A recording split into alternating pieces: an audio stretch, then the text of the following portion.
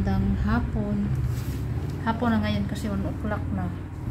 Naghuwat pa in town ko ni Madam Rachel.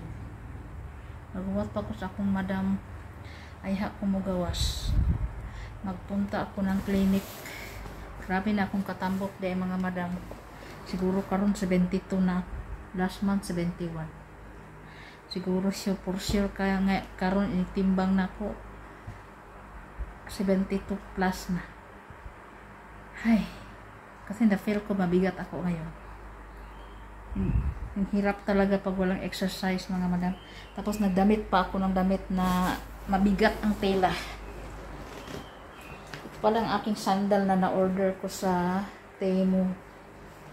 Ito yung suotin ko ngayon. Ayan. Para tumangkad naman ako konti. Kasi mahaba itong damit ko eh. Napag ko muna kayo dito ha. Mahaba kasi itong damit ko mga madam. Ayan, nice leg. Nakapatanga lang. Nilagyan ko na nga siya dito ng ang tali. Sa ilalim. Mabigat itong damit ko eh. Yung tela niya mabigat. Napakabigat ng tela ng damit ko. Sigurado malagdagan ang aking bigat mamaya pag timbangin na ako. Ayan. Actually, binili ko itong sandal na to para sa aking anak. Pero ayaw daw niya. Tsaka na lang daw siya, manghiram na lang daw siya sa akin kapag gusto niya. Ang hirap kasi suotin. Gusto ko kasi yung step in lang ba? Step in. Bagay kasi ito sa mga chubby. Kagaya ko, kagaya ng anak ko, chubby. Yan o. Hintayin ko na lang si madam. Kasi, mag-uwi din yun siya. Para siya ang magsama sa papa niya. Tapos, ano ako. Labas muna ako sandali. Sandali lang naman ako mga madam, mga 3 hours lang. Kasi ngayon sigurado maraming tao kasi Lunes. Lunes kasi tayo ngayon, so maraming tao po siguro. So uwi yun si madam mamaya. Nag-message na naman yung aking yung aking replacer kung sinong nagbantay ngayon kasi wala siyang trabaho ngayon mga madam. Merkulis lang yung trabaho niya. So hindi na ako nag-off day ngayon. Okay. Sayang man. Nag-half day lang si madam. Or baka mag-overtime yun siya mamayang gabi. Grabe yung damit ko, ang bilbil ko. Ito talaga mga madam ba, ang nagpabibigat sa akin. Lahat naman tumataba sa akin. Nilagyan ko siya ng sa ilalim ba, yung bangles sa ilalim, tapos tinali ko ng lastiko. Para mayroon siyang design. Kasi masyado siyang mahaba, masyado siyang mataas sa akin. Ano lang tayo mga madam, 5 flat lang po yung height natin eh. Hindi man lang ginagawang 5'2" yung height. 5 flat lang talaga yung height natin. Kaya wala tayong, hindi tayo matangkad. Magmukha lang akong cute pag pumayat. Ha, cute, sana all. Sana all cute. Ang tagal ni madam ngayon. Siguro mga 1 na yun siya. 1 something na yun siya mag-uwi. Yan. Naka-lipstick tayo. Naka-pulbos tayo ng Johnson na pink. Nakapaglagay din ako ng cream sa mukha para puputi naman konti. Kasi ang dami na nating mga anong tawag doon? Nung piklat ng mga pimples natin ba na naiipon. Tapos nagdala ako ng recycle bag ngayon. Yung ganito. Ayan. Kasi lagayan ng gamot.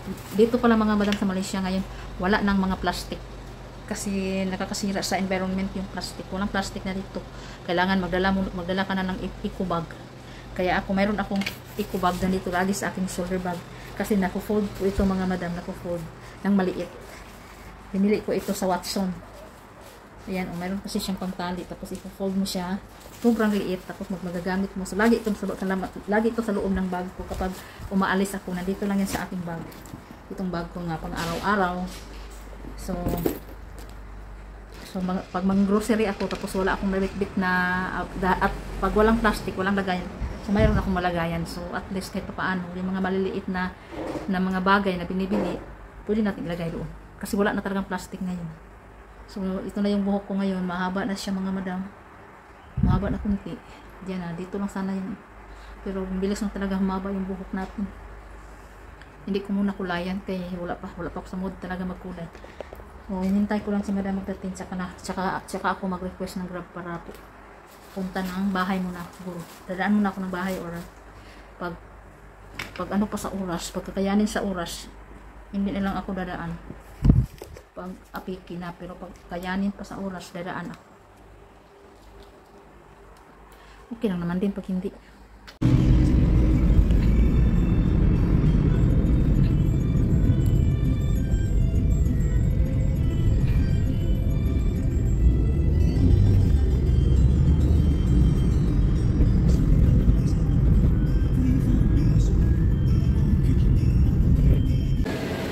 Dua, satu, enam, satu, counter 4.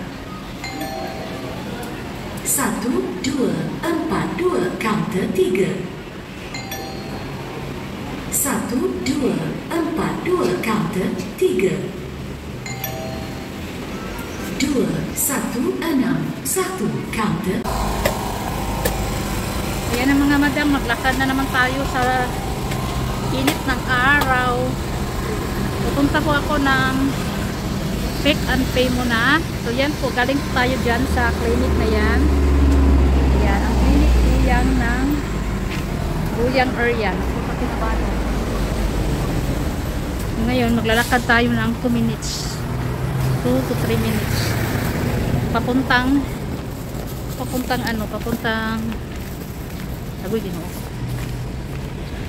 Ang hirap para mag-vlog mga madam pag naglalakad pag nasa tabing daan. Tapos naka-dress pa tayo na mahaba. Tingnan niyo yung dress ko. O, diba? Ang haba hanggang paa.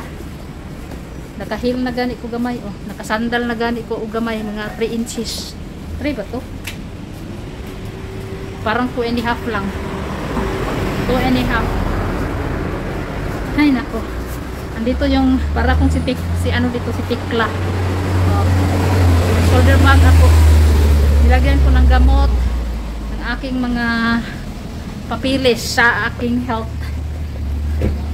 sa aking mga documents, sa aking kalusugan, kasi hindi po yun pwedeng mawala. Kailangan naka-folder po yun, kasi every time na mag-visit ako sa clinic, ay grabe, bumaba na yung sugar ko ngayon mga madam. 6.4 kanina alas 2 pag-check. Tapos ngayon feel ko talaga 4 na lang ngayon, kasi gutom na ako, as in gutom na gutom. Ganun kasi yun yung sa akin kasi guys, kapag ano yung kinakain ko, tumataas yung ating sugar kapag sugary yung ating kinakain. Alam nyo guys, natatakot ako guys, kasi sinabihan ako ng doktor na mag-IUD. Tapos ayaw ko na mag-IUD guys, kasi matanda na tayo, tapos mag-IUD pa. Sabi ko, wala na akong plano mag-anak. Wala na akong plano mag-anak-anak, dok, kasi matanda na kami. At isa pa, dok, LDR naman kami ng aking asawa. Once a month lang kami magkikita, mag-ana. Sabi ko sa kanya, sabi niya, naku, mas delikado yan, sabi niya. Kasi daw, pag dito nga tayo dadaan mga madam, parang hinihingal ako sa sabi niya, mas delikado yan kasi bultuhan daw, mag-meet, baka daw mabuntis ako. Tapos delikado daw ako magbuntis dahil anong tawag dito, may maintenance tayo, baka daw ang bata maging hindi normal, ma-disable, ganun. Yung basta parang may kakulangan daw sa bata kapag mabubuntis ako. Sabi ko, alam niyo yung pakiramdam na takot ako, tapos alam niyo yung nag-worried ako, tapos hindi ko alam kasi nag-recommend siya sa akin mapa-IUD daw, tapos napaka-sensitibo man ang private part sa mga ganun mga madam. Ayan, nandito na tayo 3 minutes lang. So ngayon maghanap ako ng makakain dito mga madam, no? Samahan niyo ako. Tapos yun na, hindi ako pumapayag talaga mga madam, dahil natakot talaga ako sa mga side effect ng mga birth control. Kagaya ng sinasabi niya, mag-inom daw ako ng gamot. Alam niyo, sa dami ng gamot na mga tinitik ko, minsan nga nakalimutan ko tapos magdagdag pa. Sabi ko, ayaw ko, dok. Sabi niya, mag-IUD ka na lang. Sabi, ayaw ko mag-IUD kasi napaka-sensitive ng private part ko. Kunting ihi nga lang, mga ngati na ako agad. Ano pa kaya yung mga may pinapasok doon sa loob? Basta takot ako, tapos hindi naman niya ako pinipilit ng doktor. Sabi ko, ay, God na lang talaga ang bahala ba, kasi hindi ko talaga alam. Ay, iwan ko man, takot ako para sa bata ba kung sakaling mabuntis ako. So ayan guys, kumatayo. Dito muna tayo. Pasok muna tayo dito. Maghanap muna ako ng pagkain. Samahan niyo ako. Magtanong ako dito guys kung mayroon silang. Di ka mo ada apa kayang. Dito na tayo mga madam, no? Dito tayo sa Pick and Pay. Naghahanap po ako ng pagkain. So ito lang po yung nahanap ko mga madam, sushi. So tinanong ko pa yung sales lady kung saan ang sushi. Dito lang pala sa kwarto na to. Kasi para siyang may mini restaurant sa loob. May mga upuan pala. Ayan. Ang mamahal po niyan nasa 21 ringgit. Bumili po ako ng dalawang klase. Dalawang pack, isang salmon pack at saka yung sari-sari. Yan oh. Yan 17.50 yan ringgit. Nasa 200 peso din. Tapos ayan, naguluhan pa ako diyan kasi kahit konti lang yung pare-pareho lang yung mga naka-display dyan, naguluhan pa rin ako. Katapos kong pumili, ayan, binayaran ko agad doon sa counter kasi bayaran muna siya bago kainin. Nagkain muna ako dito sa loob ng restaurant mga madam.